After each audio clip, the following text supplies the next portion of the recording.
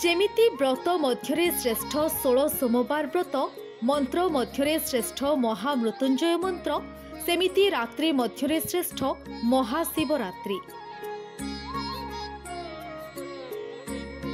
शिव और शक्ति परंपरार एक महान पर्व हेउछि महाशिवरात्रि। भारतीय धार्मिक संस्कृति रे एही पर्वर एक विशेष महत्व रहिछि।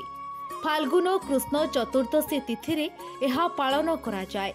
एही दिन देशर प्राय सबु प्रांतरे भक्त माने उपवास पालन करी महादेवंक कृपा लाभ करिथांती।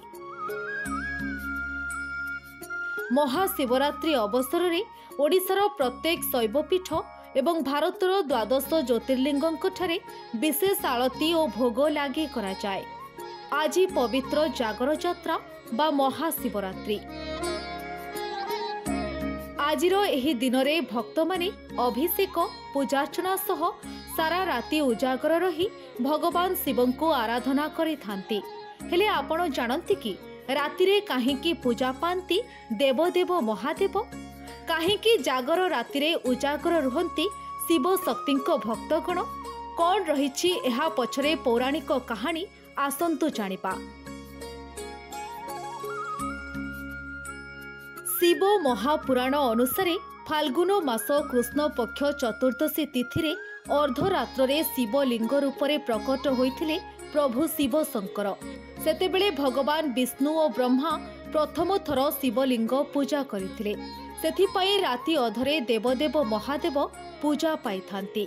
अन्यपटे भगवान शिव विनाशकारी शक्तिर तत्व एवं तामो गुणर अधिष्ठाता अटंती। राति विनाशकारी समय को प्रतिपादित करे एवं शिव विनाशर देवता। तेणु राति समय शिवंक पाई अधिक प्रिय अटे। किछि जीव जो माने दिन सारा सेमानंकर कार्य करती रातिरे शेष हुए। राति समय समग्र विश्व नीरव रही थाए। एपरी परिस्थिति रे शिवंक सह जोगाजोग करबा सहज होइथाए। शांत मन थिबा लोक माने सेमानंकर लक्ष्य हासिल करिबारे सफल हुंती। विश्वास अनुसायी महादेव एही रातिरे शिवलिंगरे रुहंती।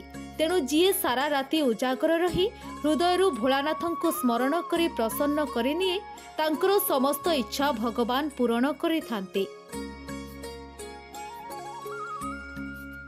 ब्यूरो रिपोर्ट, जागृत ओडिशा।